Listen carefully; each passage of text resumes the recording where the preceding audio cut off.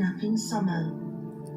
Not only have you broken Summer's heart and taken her away from her mother and father, who love her very much, but you've ruined her chances to become educated, ruining her life. You've also broke the hearts of her father and mother and brothers, and in the midst of all the commotion, ruined our lives. You see, the public blames us. I don't know if we'll ever find employment again. Nobody will hire my wife, and I've been fired from a job I've had for 13 years. We may end up losing everything. When you took our little girl, you took our very lives. Why don't you give our little girl back before God's wrath descends on you? You've broken many hearts, and more, especially an innocent 5-year-old girl's heart. One day, God will hold you accountable for this crime, unless you do something to make this right.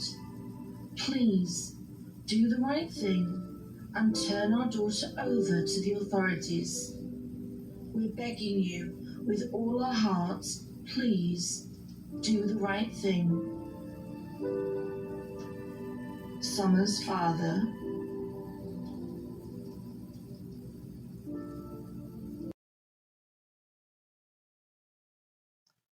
Good morning.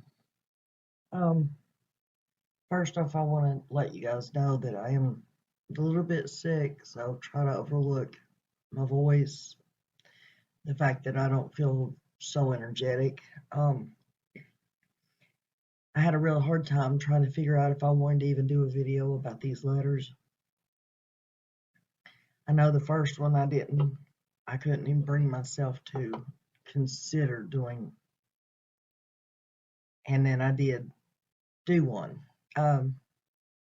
Didn't think very highly of it. Didn't think very highly of the announcement that they put out the other day about the letters being released on a schedule. And I dang sure don't think very highly of the letter that came out today.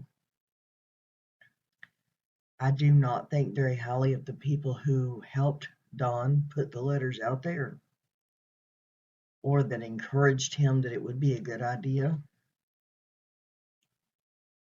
Miss A.F. Pennington and Tim Mullins, in my opinion, you both should be ashamed of yourselves, because these letters cannot possibly ever be taken serious. They're laughable. They're a plea for sympathy to keep Don from going to prison, to keep Candace from going to prison. If this letter was even wrote by donwells, Don, you are to be ashamed of yourself. You sit in jail for 6 months, and this is all you could come up with? This is the lamest plea for a child's safety I have ever seen. It's sickening. All you can talk about is what you are missing out on, what your broken heart, how you don't have work, how your wife won't get to have a work, you both will never be employed again, how you're going to lose everything. Your little girl, why were you not thinking about your little girl back last June of 2021? Where was all this sympathy back then for her safe return? Why didn't you bother pleading with someone back then if you truly think that she has been abducted? This is my second try on this audio, because the first one I'm trying to be diplomatic here, but it's a little bit hard. First of all, I want to say, donwells, you say you're worried you're going to lose everything, or that you have lost everything. Well, let me tell you something. You lost everything the first time you ever did anything immoral to any child, because you lost your morality, you lost your soul the first time you ever touched a child. And without your soul, without your morality, you are nothing. Nothing. And all you can hear in this letter is you, you. You and Candace, what you have lost, what you're not going to have in the future. Oh, yeah, you talk about Summer losing her education. Her education. How about her life? Aren't you worried about that? How about her innocence? Aren't you worried about that? No, you're worried about her education. Please. This whole circus about these letters is ridiculous. It's laughable. It's shameful. It's sickening. It's a plea for the public and the judge to think that you care.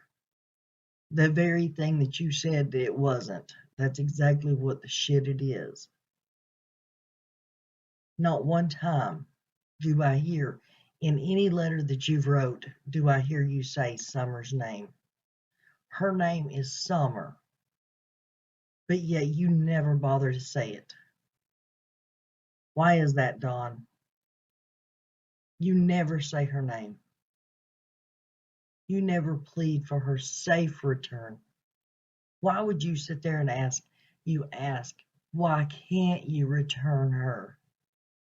Or why don't you do the right thing? Is that how a parent talks to someone that they think took their child? You have no clue, if it's even true that she was took, you have no clue what that person could be doing to your child. And in 6 months' time, these stupid letters is all you could come up with. I don't give any credit or credence or anything to do with these letters. They are it's a joke. It is a damn joke. And other than the fact, I hate to even put a video out about them. The only reason I am is to say how horrible anybody connected with these letters are. The person that supposedly wrote it, the people who are supposedly putting it out there, the person who read it. I mean, Tim Mullen and A.F. Pennington are to be ashamed of themselves that they didn't tell you that you were stupid for even trying to put this stuff out there and make people believe it. I'm sure there's going to be one or two people out there that might believe this ridiculous line of garbage, but not many. I'm a parent, I'm a grandparent, and I know the lengths I would go to beg and plead for my child if I thought she had been taken by someone. There is not a line that I wouldn't cross to get my child back. And all you can holler is something's being took from you, it's being took from you, it's being took from you. Well, you know what? A real parent, it wouldn't have to be took. A real parent would give up anything to get their child back safely. A real parent would give up their life for the safety of their child. Donwells, what have you given up? In a 14 months, what have you given up?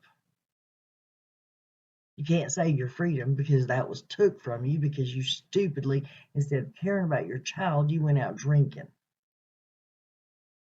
What have you willingly given up to try to get your child back or to find your child?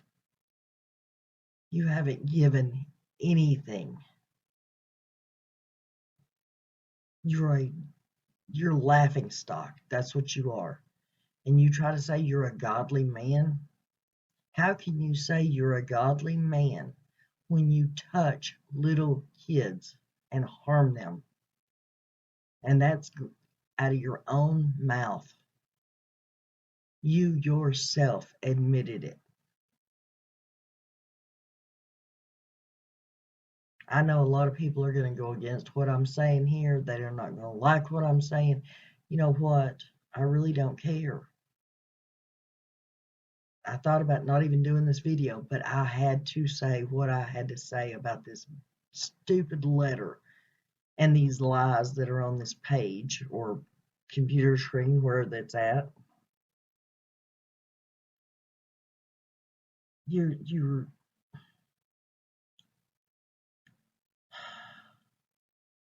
May God have mercy on your soul is all I can say, Donwells. May God have mercy on your soul, if you even do still have one. You need to quit putting these stupid letters out. They're not helping your case.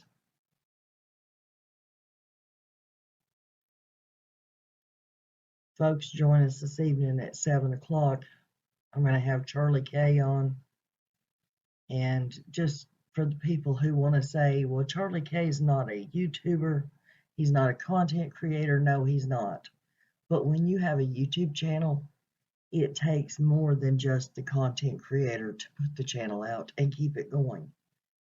And part of that has to do with the mods that you have and the viewers, the subscribers.